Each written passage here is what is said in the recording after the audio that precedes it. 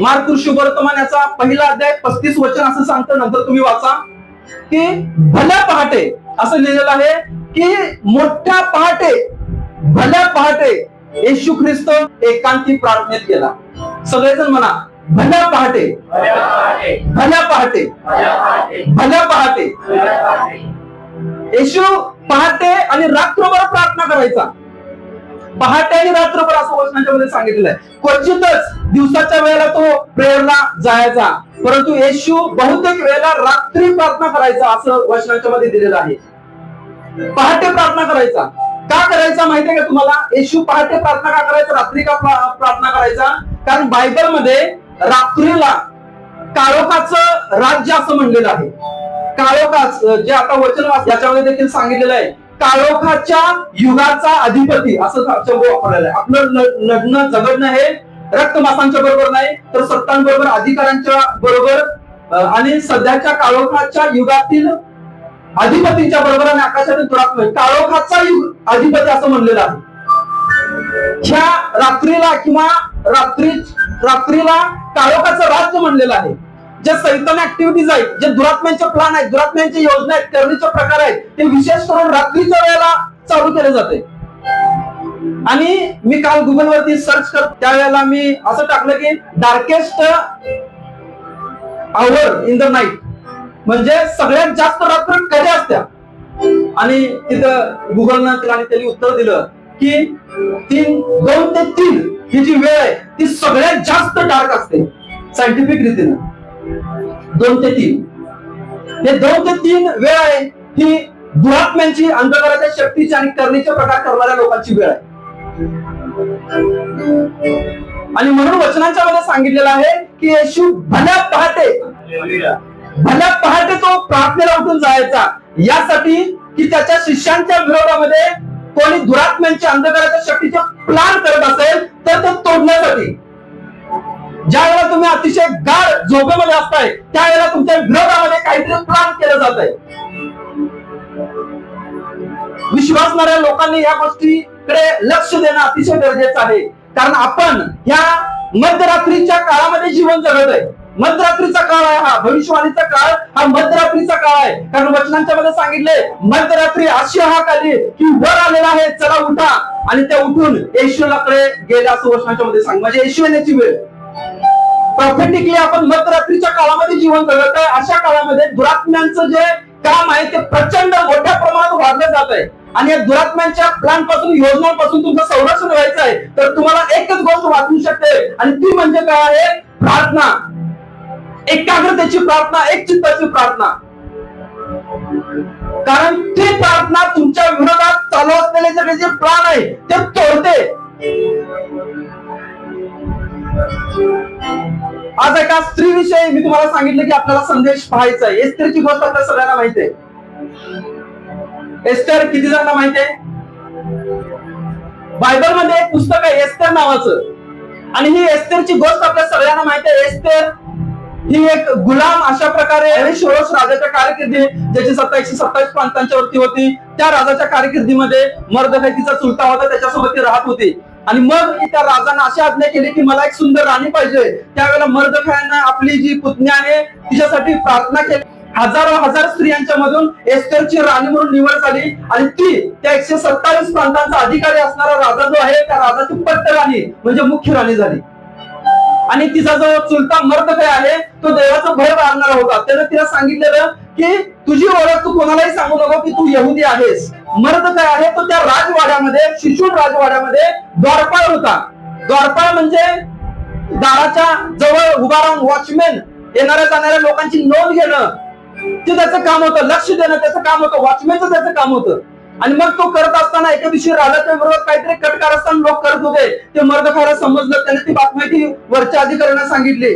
वरच्या अधिकाऱ्याने राजाला सांगितली. राजाने चौकशी केली आणि ती बातमी खरी निघाली. परंतु त्याचं बक्षीस मर्दखैला न मिळता जो अधिकारी होता हामान, त्याला ते मिळालं.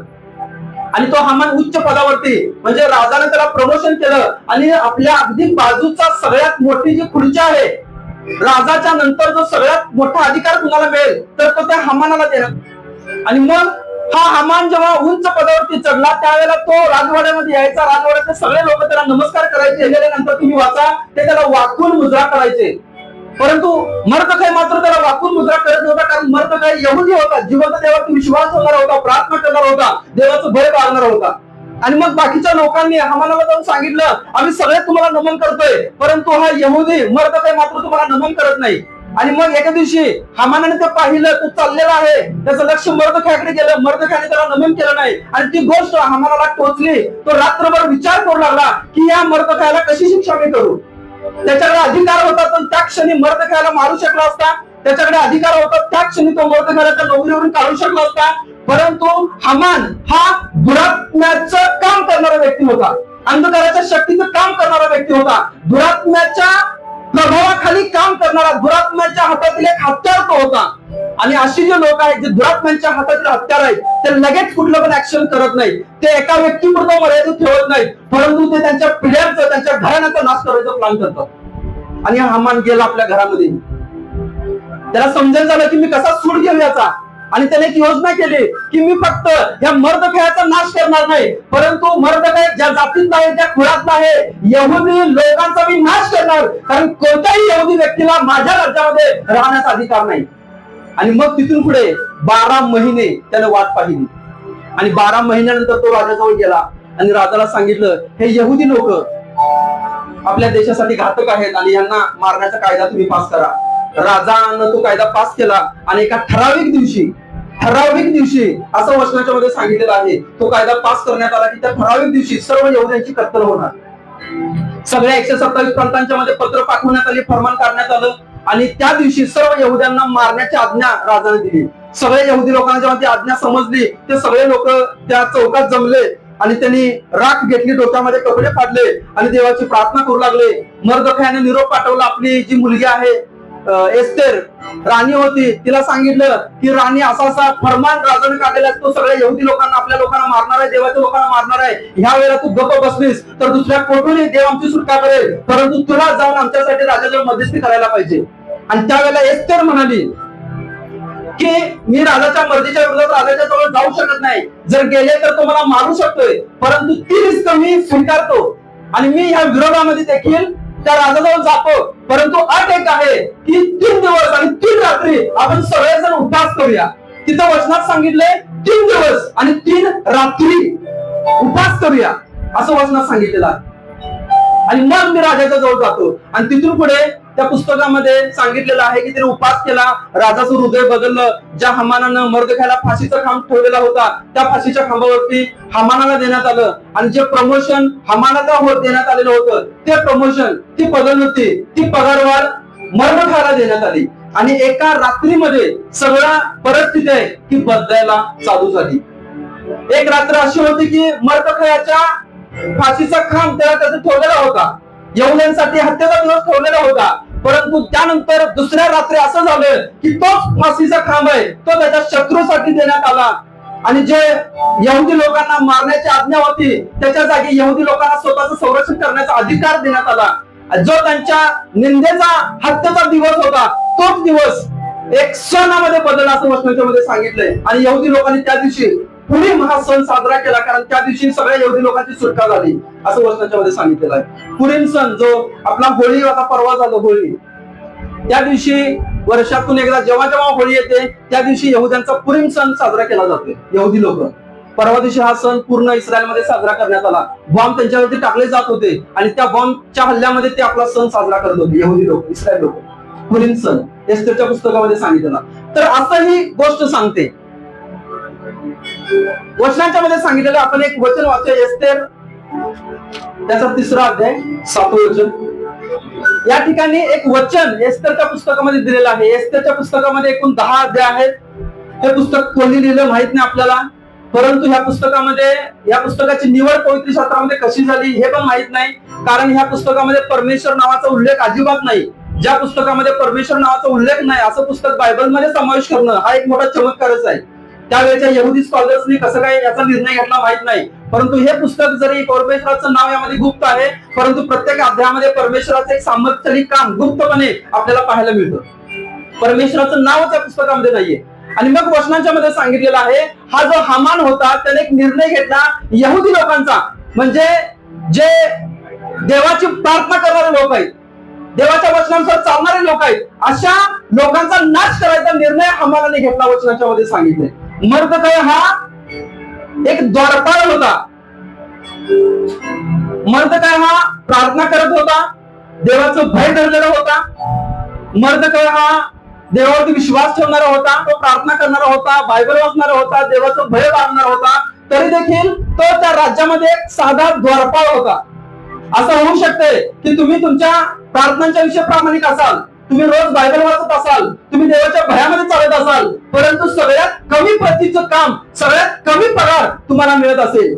परंतु मर्दखय आज तुम्हाला सांगत आहे की ते कमी प्रतीचं काम आणि कमी प्रतीचा पगार आहे, तो कायमच राहणार नाही, तो मोठ्या श्रीमंतामध्ये बदलला जाणार आहे जर तुम्ही तुमच्या प्रामाणिकपणामध्ये राहिला तरी. तो एक साधा द्वारपाल होता. दानिएल सगळ्यात उंच होता त्या परकीय भूमीमध्ये, परंतु देवाचे लोक कायमच त्या खालच्या दर्जामध्ये, खालच्या ठिकाणी, खालच्या पगारामध्ये, थोडक्या पगारामध्ये राहणार नाही. जर त्यांनी सातत्याने त्या परिस्थितीमध्ये देवाची भक्ती करत राहिले, देवाचं भय करत राहिले, तर निश्चितपणे मर्दखय साक्ष आपल्याला सांगत आहे की त्याचं प्रमोशन करण्यात आलं आणि त्या पूर्ण 127 देशांच्या वरती त्याला प्रांताधिकारी नेमण्यात आला, असं वचनाच्या मध्ये सांगितले. तुमचे दिवस परमेश्वर बदलेल. पुढे वचनांच्या मध्ये सांगितलेलं आहे, हे जे आता जे वचन वाचलं आपण 7वं वचन, हे शोरश राजाच्या कारकिर्दीच्या 12व्या वर्षी त्यांनी पहिल्या म्हणजे निसान महिन्यापासून हामान समक्ष चिठ्ठ्या टाकाव्या लावल्या. हा क्रम दररोज दरमहा 12वा महिना आधार संपेपर्यंत सुरू राहिला, चालू राहिला. आता हामान जो आहे तो चिडलेला आहे. त्याला मर्दखयाला फक्त मारायचं नाही, तर मर्दखय ज्या जातीचा आहे, ज्या यहुदी धर्माचा आहे, त्या यहुदी धर्माच्या सगळ्या लोकांच्यावर याला हल्ला करायचा आहे. आणि हामान जो आहे तो एक दुष्ट व्यक्ती आहे, तो दुरात्म्यांच्या द्वारे चालवला गेलेला व्यक्ती आहे. हामानाचं हिस्ट्री जेव्हा तुम्ही बायबल काढणार, बायबल मध्ये पडणार, हामान हा अम्मोनी जे देश आहे, अम्मोनाइट्स म्हणलेला बायबल मध्ये त्याला. अम्मोनी लोक हे इस्रायलचे पारंपरिक शत्रू होते. निर्गमनाच्या 17व्या अध्यायामध्ये सांगितले, हे अम्मोनी लोक जेव्हा इस्रायल लोक त्या तांबडा समुद्र ओलांडून कनान देशामध्ये जात होते, त्यावेळेला ह्या अम्मोन्याने गुप्तपणे इस्रायल लोकांच्यावरती आक्रमण केलं. ती गोष्ट आपल्या सगळ्यांना माहिती आहे की मोशेवरती पर्वतावरती गेला आणि त्याने आपले 2 हात वर केले, आणि जसं मोशेने आपले 2 हात वरती केले तसं यहोशुआला अम्मोनीच्या विरोधामध्ये परमेश्वर विजय देत होता. मोशेचे हात अवघडले, मोशेने हात खाली केले, आणि तसं यहोशुआ हरायला लागला. मग हूर आणि कालेब यांनी 2 दगड आहेत, ते एक मोशेच्या हाताखाली ठेवले. मोशेचे हात संध्याकाळपर्यंत असेच वरती राहिले, आणि सगळ्यात शेवटी वचनाच्या मध्ये सांगितलेलं आहे की परमेश्वराने त्या अम्मोनी लोकांच्या वरती इस्रायल देशाला विजय दिला. आणि त्याच ठिकाणी परमेश्वर म्हणतो, आजच्या दिवशी परमेश्वराने आम्हाला विजय दिला, म्हणून या ठिकाणचं नाव आम्ही यहोवा निसी, विजय देणारा परमेश्वर ठेवतो. ह्या अम्मोनी कुळातला हामान होता. त्याच अम्मोनी कुळाचा एक राजा होता, ज्याचं नाव आहे अगाग राजा, जो शौलाच्या विरोधामध्ये युद्ध करण्यासाठी आला. शौल जेव्हा पहिला राजा इस्रायलचा होता त्यावेळेला, आणि त्या अगाग राजानं युद्ध केलं. शमूएल संदेशाने सांगितलं शौलाला त्या राजाला मारायचं, आणि जेव्हा तू त्या शत्रूवरती आक्रमण करशील त्यावेळेला त्या सगळ्यांना मारून टाकायचं, एकाला पण जिवंत ठेवायचं नाही, कारण हे अम्मोनी लोक फार दुष्ट लोक आहेत. पवित्र शास्त्रामध्ये सांगितले, लेवीच्या पुस्तकामध्ये ह्या अम्मोनी लोकांचं जे मुख्य दैवत होतं ते मोलक हे नाव आता तुम्ही ऐकलं असाल. 16 फाइल्स मध्ये मोलक दैवत, ज्याच्या पुढे लहान मुलांचा बळी दिला जातो. तर बायबल मध्ये असा हा एकच दैवताचं नाव सांगितलेलं आहे, दुरात्म्याचं नाव सांगितलेलं आहे की ज्याच्या पुढे लहान लहान मुलांचे बळी दिले जायचे. आणि ते दैवत ह्या अम्मोनी लोकांचं होतं. आणि हे अम्मोनी लोक करणीचे प्रकार करण्यामध्ये अतिशय पटाईत होते.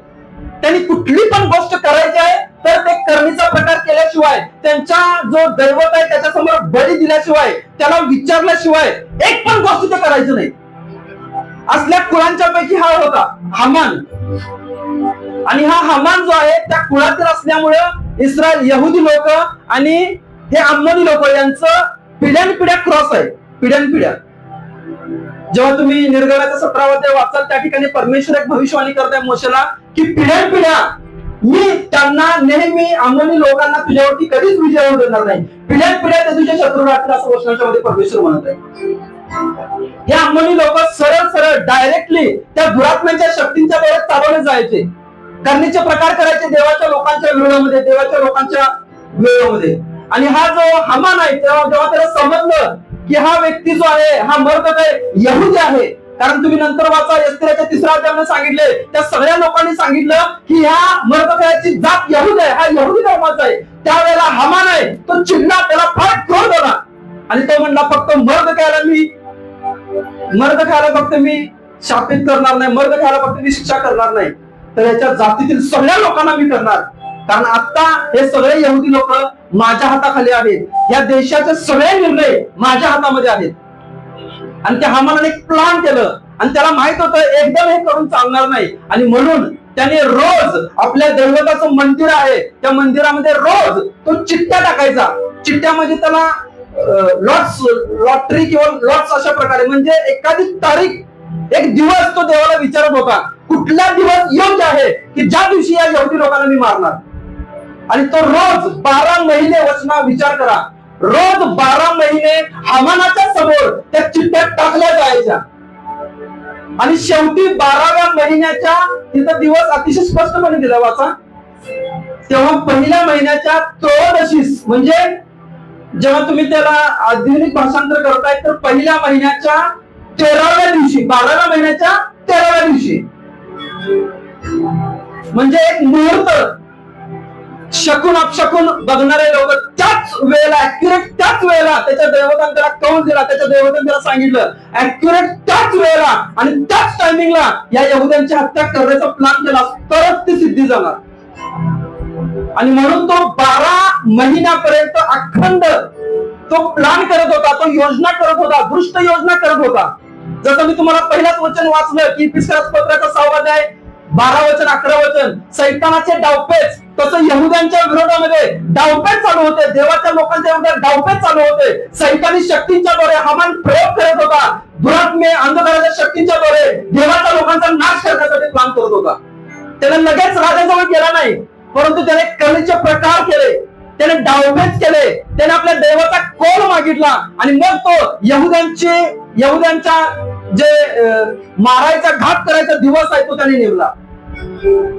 वर्षानुवर्ष विश्वासकरांच्या विरोधामध्ये अशा प्रकारचे प्लॅन दुरात्मा अंधकाराची शक्ती करत आहे. आणि जर तुम्ही प्रार्थनेत राहिला नाही, जर तुम्ही बायबल वाचलं नाही, जर तुम्ही देवाच्या भयामध्ये चालला नाही, तर अशा प्लॅन तुम्हाला कधीच उघड होणार नाही, उघड होणार नाही. आणि उघड झाले नाही तर ते तुम्ही तोडू शकणार नाही, आणि तोडू शकणार नाही तर तुम्ही आहे त्याच परिस्थितीमध्ये राहणार. काही महिन्यांच्या पूर्वी मी एक साक्ष ऐकत होतो. एक दुरात्म्या अंधकाराची शक्ती करणारा एक व्यक्ती होता एका देशामध्ये, आणि त्याच्या घरानं कुटुंब ख्रिस्ती होतं, आणि तो तरुण मुलगा, त्याचे आई वडील ख्रिश्चन चर्चला जायचे. जेव्हा तो काही मुलांच्या नादाला लागला, मुलींच्या नादाला लागला, आणि मग त्याला ड्रग्ज वगैरे घ्यायला चालू केलं, सिगारेट व्यसनांच्या मध्ये गेला, आणि ड्रग्ज मध्ये तो नेहमी गुंग असायचा. ड्रग्ज मध्ये असताना त्याला अशा एका ग्रुपची ओळख झाली की ज्यांनी त्याला सांगितलं की आमचा एक ग्रुप आहे, त्या ग्रुप मध्ये तू सामील हो, सहभागी हो, आम्ही तुला महिन्याला काहीतरी पगार देतो, तुला ड्रग्जला पैसे देतो. आणि मग तो मुलगा आहे तो तयार झाला, आणि मग त्यांनी त्याला सांगितले, एका ठिकाणी घेऊन गेले, तुझं काम काय आहे ते त्याला सांगितलं, आणि त्याला सांगितलं की ह्या रात्री 12 वाजता तुला ह्या कॉलनीमध्ये यायचं आहे. त्यांनी पत्ता सांगितला, तो त्या कॉलनीमध्ये गेला.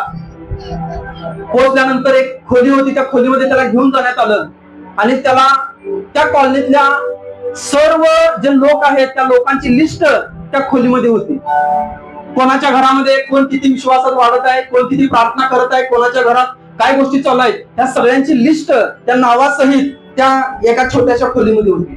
आणि त्याला टार्गेट देण्यात आलं की ही 3 कुटुंब आम्ही तुझ्याकडे देत आहे, एका वर्षामध्ये ह्या 3 कुटुंबांच्या विरोधात तुला करणीचे प्रकार करायचे आहेत. एक त्याला शिकवलं गेलं, त्याला ट्रेनिंग दिलं गेलं, आणि तुला हे करायचंय कधी बरोबर 2 वाजता, ऍक्युरेट 2 वाजता तुला हे चालू करायचं आहे, 4 वाजता तुला हे संपवायचं आहे. तुला जायचं आहे तिथं फक्त 2 वाजता मध्यरात्री बसायचं, त्या कुटुंबाचं नाव घ्यायचं, त्या कुटुंबातील फॅमिली अडचणी समस्या काय आहेत त्या आणायच्या तुला तुझ्या बोलण्याच्या द्वारे, आणि त्या दुरात्म्यांना त्या कुटुंबावर तुला सोडून टाकायचंय, रिलीज करायचं, मोकळं करायचंय. त्या व्यक्तीचं तारण झाल्यानंतर तो ह्या गोष्टी सांगत होता की कशा प्रकारे दुरात्मे अंधकाराची शक्ती आहे ती विश्वासणाच्या जीवनामध्ये काम करते. आणि मग त्याला एक टार्गेट देण्यात आलं. एका पुरुषासाठी तो प्रार्थना ते करणीचे प्रकार तो करू लागला. रात्री 12 वाजता, रात्री 2 वाजता नाव घ्यायचं, त्याच्या विरोधात बोलायचं, नाव घ्यायचं, त्याच्या विरोधात बोलायचं, आणि ते 3 स्टेप्स मध्ये करायचं. त्याला ते ट्रेनिंग देण्यात आलेलं होतं. ते 3 स्टेप्स काय असतात त्याने सांगितलं नाहीत, पण तो सांगितला ते 3 स्टेप्स मध्ये ते काम होते. आणि मग तो व्यक्ती होता तो चर्चला जायचा, दशांश प्रॉपरली द्यायचा, नॉर्मल प्रार्थना करायचा. त्या व्यक्तीच्या घरामध्ये प्रवेश करायला त्याला शैतानाला संधीच मिळत नव्हती, कारण तो प्रार्थना करायचा पहिल्या स्टेपला. आता पहिली स्टेप चालली नाही तर दुसरी स्टेप त्याच्यापेक्षा कट्टर अजून दुरात्म्याने भरलेलं जे पॉवर आहे ती घ्यायची. त्यासाठी अजून 4 तास वेळ घालवायचा, अगदी मन लावून त्या गोष्टी करायच्या. जर तू हे टार्गेट पूर्ण केलास तर तुला पैसे मिळणार, प्रमोशन होणार. हे सैतानी सगळे प्लॅन चालवायचे. आता इप्स्टीन हे त्याच प्रकरण आहे. बळी त्याने त्या ठिकाणी देण्यात आले, त्याला टार्गेट देण्यात आलेलं होतं. इप्स्टीन जो व्यक्ती आता मरण पावला, जे फाईल्स उघडकीस झालेला आहे, जगातील सगळ्यात प्रभावशाली लोकांना तुला प्रभावात आणायचं आहे, त्यांना इथं आयलंड मध्ये आणायचं आहे, त्यांच्याकडून चुकीच्या गोष्टी करावायच्या आहेत, त्यांना बळी द्यायचे आहेत, आणि या जगाचे निर्णय तुम्हाला घ्यायचे आहेत. आणि म्हणून जगाचे काही निर्णय त्या ठिकाणी घेण्यात आले. हे जगाचे निर्णय घेणारे कोण आहेत? हे प्रभावी लोक आहेत. त्याच्यामध्ये जॉर्ज बुश आहे, बिल क्लिंटन आहे, त्यानंतर ट्रम्प आहे, त्यानंतर बिल गेट्स आहे. ह्या लोकांनी निर्णय घेतला की एक महामारी आणायची आणि जगाची लोकसंख्या कमी करायची. त्याच्या फाईल्स मध्ये, इमेज मध्ये या गोष्टी आहेत. ह्या गोष्टी खऱ्या आहेत, आता घडत आहेत त्या गोष्टी, त्या मी तुम्हाला सांगत आहे. त्याला एक टार्गेट देण्यात आलं, ह्या मनुष्याला उद्ध्वस्त करायचंय, तो फायनान्स आहे तो तोडायचा आहे. त्याला संधीच मिळत नव्हती. दुसऱ्या लेवलवरती यानं हे जे सगळं करण्याचे प्रकार आहे ते चालू केले. ड्रग्ज घ्यायचं, तिथे जायचं आणि त्या दुरात्म्या अंधकाराच्या शक्तीला त्या व्यक्तीच्या जीवनामध्ये प्रवेश करायला. त्या व्यक्तीचं प्रमोशन होणार होतं, त्या व्यक्तीला एक मोठी पगारवाढ मिळणार होती. त्याला सगळ्या नातेवाईकांना सांगून ठेवलेलं की आता माझं पगारवाढ होणार आहे, ह्या दिवशी मला एवढे पैसे मिळणार आहेत, मी कर्जमुक्त होणार आहे. अशा प्रकारे त्यानं आपल्या सगळ्या नातेवाईकांना सांगितलेलं होतं. फक्त ऑफिशियल अनाउन्समेंट बाकी होतं. आणि ही बातमी त्यांना जेव्हा समजली त्या दुरात्म्यानं करणी करणाऱ्या व्यक्तीला, त्याने तेच टार्गेट ठेवलं आणि मी हे होऊ देणार नाही आणि प्रमोशन होणार आहे. या आनंदाच्या भारामध्ये त्याने प्रार्थना थोडीशी कमी झाली आणि त्या दुरात्म्याला, अंधकाराच्या शक्तीला त्या ठिकाणी जायला संधी मिळाली. आणि जे त्याचं प्रमोशन होणार होतं, अचानक कंपनी आहे ती बुडली, त्याचं प्रमोशन थांबलं आणि ह्याला जे पगारवाढ मिळणार होती ती मिळाली नाही. उलट आहे तो पगार आहे तो कमी झाला. घरामध्ये सगळं वातावरण पूर्ण बदललं. क्रेडिट कार्डचे हप्ते, लोनचे हप्ते, पगाराच्या ह्याच्यावर घेतलेले कसे फेडणार? घरातलं वातावरण पूर्णपणे बिघडलं. काय करायला पाहिजे त्याला सुचत होतं. रात्र त्या व्यक्तीला झोप लागत नव्हती. एके दिवशी तो मध्यरात्री पहाटेच्या वेळेला तो व्यक्ती उठला आणि असंच तो बाथरूमला जाऊन आला आणि त्याला समजत नव्हतं. आणि त्याने गेला आपले गुडघे, रात्री 3 वाजता त्याने येशूजवळ टेकले. 3 वाजता त्याने येशूजवळ आपले गुडघे टेकले आणि येशूला म्हणला, प्रभू काय झालं मला काही समजत नाही, मला प्रकट कर देवा. पवित्र प्रभू, माझ्या विरोधात जी गुप्त प्लान चालू आहे त्या योजना मला प्रकट कर. त्याने प्रार्थना केली आणि त्याच वेळेला हा व्यक्ती आहे तो त्याच कॉलनीमध्ये, त्या खोलीमध्ये याच्या विरोधात काहीतरी करत होता.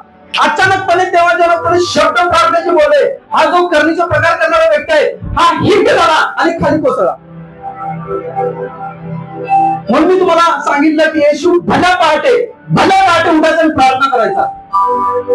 पहाटेच्या प्रार्थनेला, मध्यरात्रीच्या प्रार्थनेला, 3 वाजता उठून केलेल्या प्रार्थनेला साधी प्रार्थना समजू नका. ती तुमचा सर्व त्याग करून केलेली प्रार्थना आहे आणि म्हणून सैतानाचे सगळे मजबूत डावपेच तोडून टाकणारी ती प्रार्थना आहे.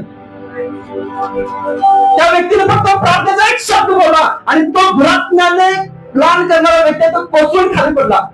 त्याला समजलं नाही काय झालं. परत दुसऱ्या दिवशी तो पहाटे उठला व्यक्ती परत प्रार्थना चालू केली आणि त्याच्या विरोधात अगदी शेवटच्या स्टेप पर्यंत त्याच्यासाठी प्लान करण्यात आलेलं होतं. ते सगळं स्ट्रक्चर बाय स्ट्रक्चर हे तो सांगत होता की हे दुरात्म्यांचं प्लान आहे. हे जसं आपण बांधकाम करतोय, वीट रोवतोय, तसं आम्ही हळूहळू जसं ते वचन वाचलं, रोज चिठ्ठ्या टाकल्या जात होत्या. रोज ते प्लान अतिशय मजबूत केलं जायचं, रोज मजबूत केलं जायचं. आणि मग शेवटचं जेव्हा ते टप्पा पूर्ण होईल, तो व्यक्ती पूर्णपणे ब्लॉक होतोय. त्याला त्यातून बाहेरच येता येत नाही. वर्षानुवर्ष त्याला बाहेर येता येत नाही. आणि हे प्लॅन कोणाच्या विरोधात चालू आहे? विश्वासणाऱ्यांच्या विरोधात चालू आहे. जर तुम्ही चर्चला येत आहे, जर तुम्ही बायबल वाचताय, जर तुम्ही येशूचा प्रचार करताय, लोकांना माहिती आहे की तुम्ही ख्रिस्त आहे, तर तुमच्या विरोधात हे चालू आहे. कारण सैतानाची अजिबात इच्छा नाही ख्रिस्ती लोकांनी पुढे जायला पाहिजे, विश्वासणाऱ्यांनी पुढे जायला पाहिजे. कारण ते एकदा पुढे गेले तर त्याला माहिती आहे त्याचं राज्याला धोका आहे. हे विश्वासणाऱ्यांच्या विरोधामध्ये चालू नाही, कारण ते ऑलरेडी त्याच्याकडे आहे. पण जे विश्वास ठेवतात त्यांच्या विरोधात चालू आहे. म्हणून मी तुम्हाला सांगितलं, तुम्ही आज ज्या परिस्थितीत आहे ती परिस्थिती तुमच्यावर आणली गेलेली आहे. मर्दखाय त्या परिस्थितीत अडकला गेला नव्हता, परंतु ती परिस्थिती यहुदी लोकांच्यावर मर्दखायावर आणली गेली, करण्याचे प्लॅन करून, हा दुष्ट हमानानं दुष्ट शक्तीचा वापर करून. आणि जेव्हा हे एस्तेरला समजलं, ती प्रार्थना करणारी होती, तिनं मर्दखायाला सांगितलं, मी राजाकडे अशीच जाणार नाही, मी उपासनी प्रार्थना करून राजाकडे जाणार. हालेलुया. आणि मग ती म्हणली, रात्र आणि दिवस अन्नोदस येऊ नका. आणि तिने प्रार्थना करायला चालू केली. तिकडे यहुदी लोक प्रार्थना करत आहेत, इकडे एस्तेर प्रार्थना करत आहे. आणि त्याचं अंतिम टप्प्यात आलेलं होतं, हामानाचं काम अंतिम टप्प्यात आलेलं होतं. फक्त तारीख जाहीर झालेली होती, त्या तारखेला आता त्याला त्या यहुद्यांची कत्तल होणारच होती. कारण राजाची आज्ञा असं आहे त्या काळामध्ये की ती आज्ञा कोणालाही बदलता येत नाही. एकदा बाण सुटला की तो परत येत नाही. त्या प्रकारे त्या काळातली राजाची आज्ञा आहे. आणि राजाने जर आपली आज्ञा पाठीमागे घेतली तर त्याचं राज्य आहे तो राजपदावरती राहणार नाही, असा कायदा होता मेदी आणि पारशियांचा. म्हणून दानिएलला जेव्हा दर्यावेत राजाने शिक्षा दिली, सिंहाच्या गुहेत टाकायची, राजाची इच्छा नव्हती, पण राजाला माहित नव्हतं. आणि राजा म्हणला की अरे ह्याला कशाला शिक्षा करायची, हा तर चांगला व्यक्ती आहे.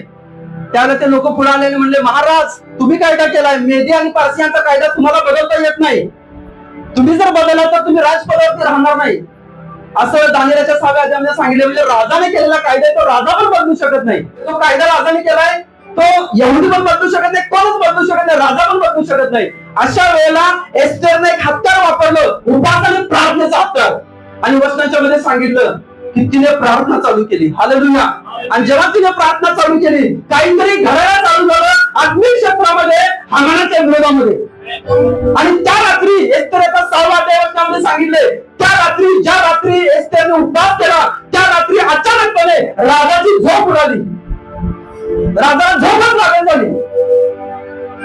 त्या काळात राजांच्या समोर नाचण्या गाणाऱ्या यायच्या, त्याच्या समोर द्राक्षरस वेगवेगळे पदार्थ यायचे आणि तो निवांत रात्री झोपी जायचा, असं राजांचं शेड्यूल असायचं.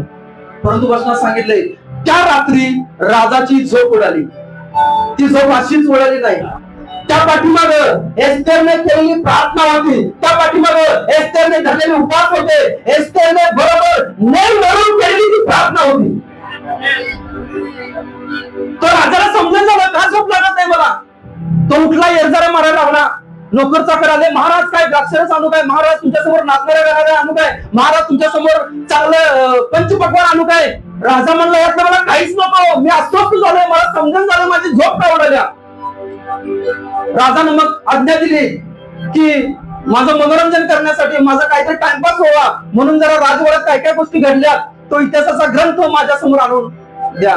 आणि तो गेला व्यक्ती, त्याने इतिहासाच्या ग्रंथाच्या सगळ्या गुंडाळ्या तिथे ठेवलेल्या. इतिहासाचा ग्रंथ म्हणजे राज दरबारामध्ये रोज काही गोष्टी घडतात ते सगळं तिथे लिहिलेलं असायचं. आज देखील संसदेत काय घडतं ते लिहिलेलं असतंय. राज्यामध्ये रोज काय काय गोष्टी घडल्या त्याचं रेकॉर्ड ठेवलं जाते, तसं ते गुंडाळ्या ठेवल्या जायचे. आजच्या दिवशी असं घडलं, हे दिलं, एवढा पैसा खर्च झाला, एवढे पैसे आले, ह्या राजावरती युद्ध मिळवलं, हे भेटायला आले, त्याचं सगळं रेकॉर्ड त्या ठिकाणी ठेवलं जायचं. आणि त्यातली एक गुंडाळी आहे, तो प्रधान पुढे गेला, त्याने एक गुंडाळी आहे ती काढली. हजारो गुंडाळी आहेत, विचार करा. त्या हजारो गुंडाळ्यांमधून एक गुंडाळी काढली आणि त्यातल्या हजारो गुंडाळ्यांच्या मध्ये एका गुंडाळीमध्ये कुठेतरी असं लिहिलेलं होतं की मर्दखायाने राजाचे प्राण वाचवलेले आहे. आता शक्यता किती असू शकते विचार करा. हजार गुंडाळ्यांच्या मध्ये तुम्हाला एक गुंडाळी काढायची आहे ज्याच्यामध्ये मर्दखायाच्या नावाचा उल्लेख आहे. मी तुमच्या समोर 1000 गुंडाळ्या टाकल्या, 1000 चिठ्ठ्या टाकल्या, त्यात एकावरती हजारो टाकल्या आणि एकावरती मर्दखायाचं नाव लिहिलं आणि तुम्हाला ती चिठ्ठी दाखवली आणि टाकली त्या हजारांच्या मध्ये. किती शक्यता आहे की तुम्ही मर्दखायाचं नावाची चिठ्ठी काढणार? शक्य आहे का ते? मनुष्याला शक्यच नाही ते. पण वचनात सांगितलंय की राजाची झोप उडाली. राजाने सांगितलं की ते इतिहासाचा ग्रंथ वाचा, त्या गुंडाळीमध्ये मर्दकाने केलेलं जे आहे चांगली गोष्टी लिहिलेली होती, तो गेला प्रधान, त्याने डोळे झाकून एक गुंडाळी काढली आणि ती गुंडाळी तो वाचत असताना त्या गुंडाळीमध्ये मर्दखायाने केलेल्या कामाचा उल्लेख होता. हे अचानक घडलं का? एस्तेरने उपास प्रार्थनांच्या द्वारे नेम धरून केलेला तो मारलेला तो बाण होता सैतानाच्या विरोधामध्ये.